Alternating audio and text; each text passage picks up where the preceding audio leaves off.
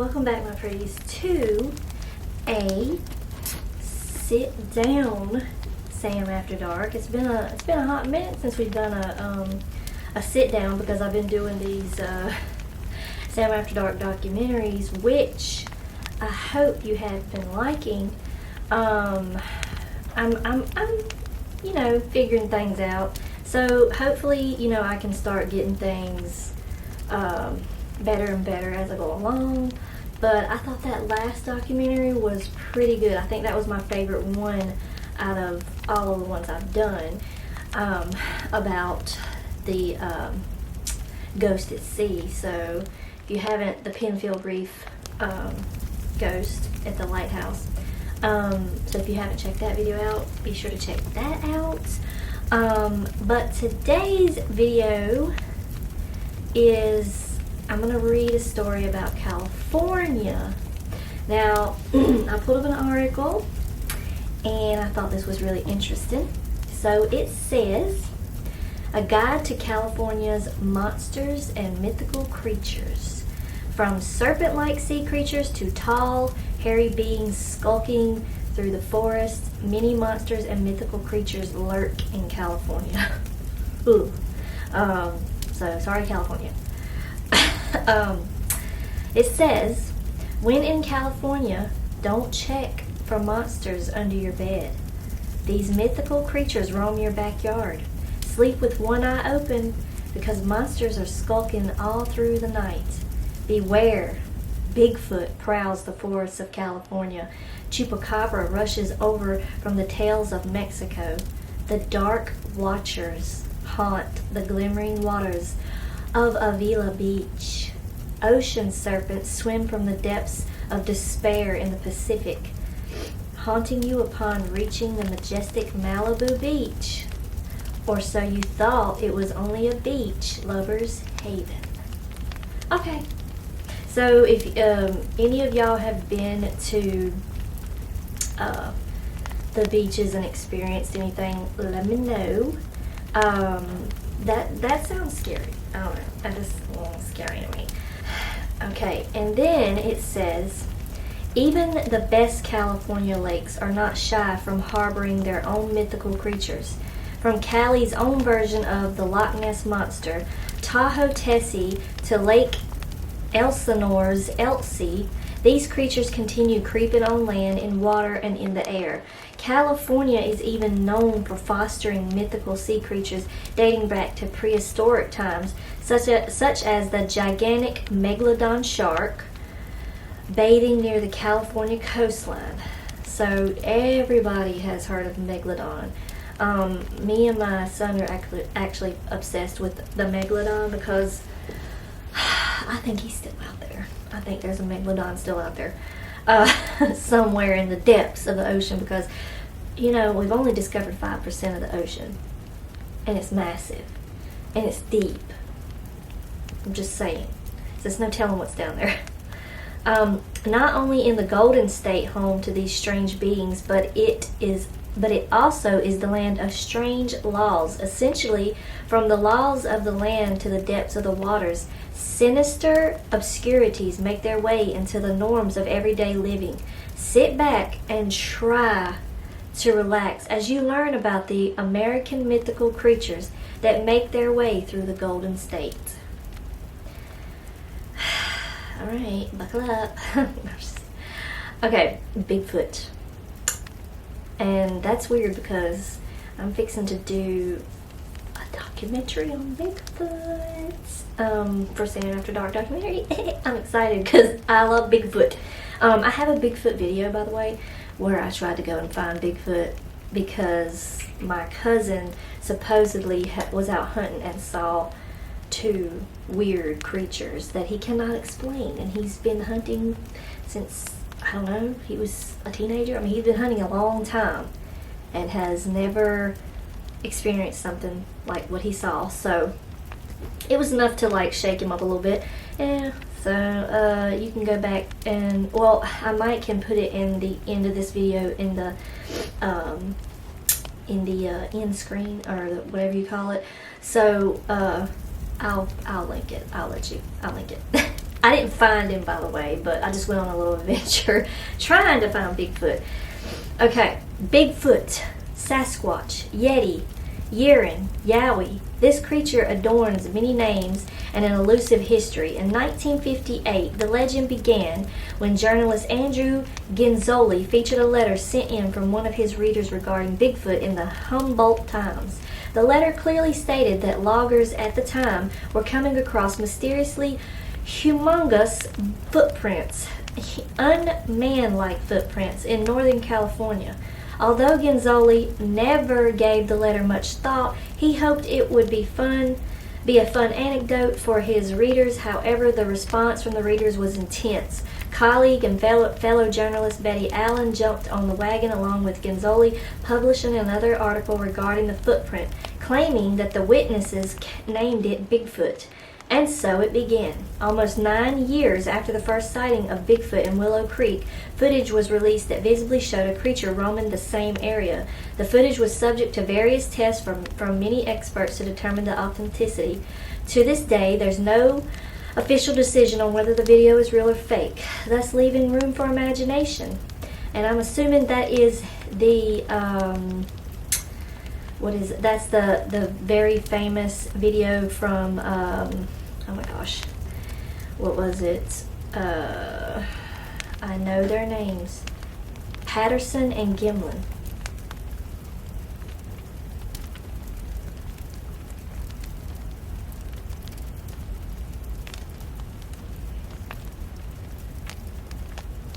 Patterson and Gimlin in 1967. That's the video that it's talking about. So everybody has seen that video, so yeah, it's I don't know if it's real or fake or not, but it looks real. But then some dude came up and was like, no, that was me, I was the guy. I was in a suit, and he took a lie detector test, look it up, and he passed it. So now people are like, well,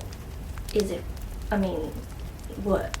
Is it real or fake? So I think it's real, because I'm a Bigfoot believer, but anyways.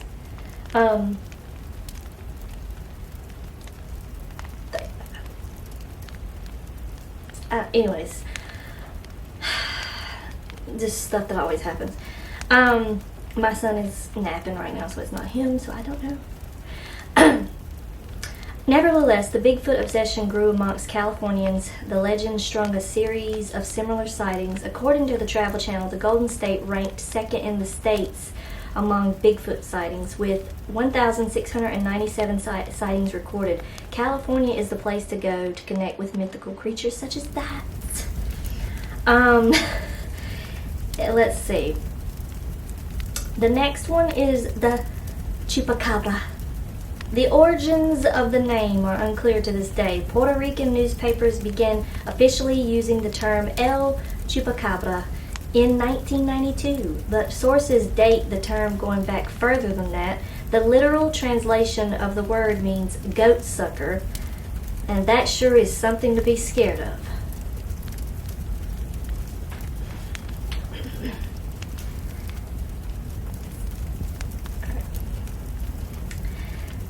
Moving on. The mythical creatures have had many sightings in South America and California. It's often described as a lizard or dog-like animal, but 3 to 4 feet in height, with a hairless body and rigid spine. Others have referred to the creature being kangaroo-like due to its ability to hop about.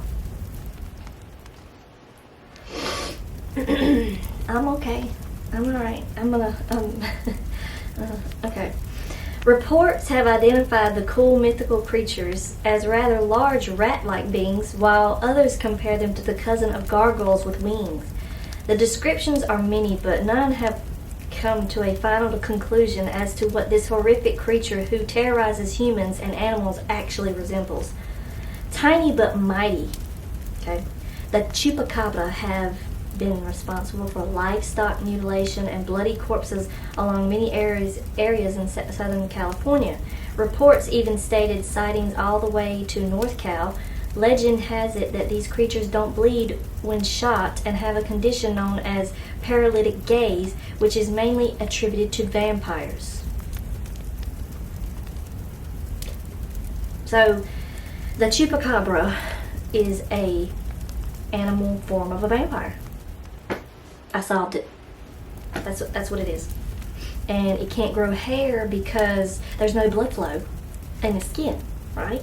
I mean, that makes sense to me. If you ain't got no blood, well, I mean, if there's no whatever going on, there's no hair. So, anyways, the next one is called the Dark Watchers. Who or what the Dark Watchers are, nobody knows. Where they originated from or why they're here is a concept as lost as Alice or as mad as the Hatter. What the Dark Watchers are looking for or watching is beyond our knowledge. The Santa Lucia Mountains stretch from Avila Beach through San Luis Obispo to Monterey Bay. Oh, if only these mountains could speak. Living on the mountainside are the bizarre and creepy Dark Watchers. They appear to be giant human-like ghosts, only visible at twilight, standing high and mighty, staring into the night. Witnesses have claimed that the Dark Watchers are seen to be staring at nothing visible and often vanish right before their eyes. The Chumash Indians first spoke of these tall giants in their legends and made sure to document their existence in cave paintings. The Dark Watchers made their way into many books, from legendary author John Steinbeck's short story Flight to Robinson Jeffers' poem Such Counsels You Gave to Me. You'll find chilling references to these creatures. In the 1960s, a Monterey Peninsula local and past principal of the school mentioned seeing the figures on a hike. He then spent time studying the dark, tall phantoms lurking about in the majestic mountains. When the principal called out to his fellow hikers, the figures disappeared into thin air. Many sightings have been claimed and reported, and the matter of the dark shadows still lurks among us. California's weird facts are sure to capture your attention, but nothing quite gets your attention as dreadful, empty-eyed phantoms. So I would be more scared of that than any of these other things. But I don't know. And then mythical creatures, there's the Tahoe Tessie. The list of mythical creatures extends into the depths of the California waters. A creature compared to the likes of the Loch Ness monster, Tahoe Tessie, is said to appear in public at least 12 times per year. Tessie's claimed existence has led to the creation of a strange museum and local hotline. Next time you're in Tahoe, call in a case. They had a typo there. Call in a case of a Tessie spotting, and I guess you'll see what happens. So this is on California.com. So I don't know. There's a whole lot more. But if I read all of that, we'll be sitting here for hours. So I think I'm going to stop there. Now, what do you all think of the stories that I have told? Bigfoot, the Chupacabra, and Tessie, Tahoe, or the Dark Watchers, we can't forget them, and Tahoe Tessie. Out of those, I think the one that I'm, most kind of like of is the Dark Watchers, because I feel like that could be, I don't know, that's weird. But the Chupacabra, I don't know about that. I know people have seen it. There's been footage of it, but I don't know how I feel about the Chupacabra or skinwalkers. I know Colin from the Paranormal Files actually heard one, or it had to have been one, because there was like an owl, and skinwalkers take many forms, so he kept hearing an owl, and it was crazy. So you should check out his videos. I think he was with Twin Paranormal, so that was an interesting video, because they were like freaking out. They were like, what in the crap? Because the owl was following them. It wasn't like in one place. It wasn't like they walked by, heard an owl, woo, and then walked and didn't hear anymore. It was following them, and it was keeping up with their pace. It was crazy. So there's that. And then Bigfoot, of course. I'm a sucker. I believe in the Bigfoot because I believe there's something out there. My cousin saw 2 things he can't even explain, and they were really tall and dark. Just really dark. I know Bigfoot can be all kinds of colors. I just was watching a documentary about Massachusetts. There is a case I want to cover there, but there has been supposed creatures that you would think would be like Bigfoot, but not as big as Bigfoot, but has red hair. There's been a lot of sightings of those that almost favors an orangutan, but it's not. So that's interesting. But yeah, so I fully believe there's he's out there, or they're out there. There's more than one, but and they have families. So I guess we'll never solve that mystery. But anyways, let me know in the comment section down below which one of these was your favorite out of the ones I read. And I'm glad I could come back and do another sit down with Sam after dark. And if you're new, hit the subscribe and hit that like button if you like this video, and comment. Make sure you comment because I like hearing your thoughts, which a few of you already do comment, so I appreciate that. And for anyone else, if you watch it and you like it, just hit the thumbs up. It helps the girl out. And I guess until next time, stay sweet. Bye. Don't forget to sleep with your lights on.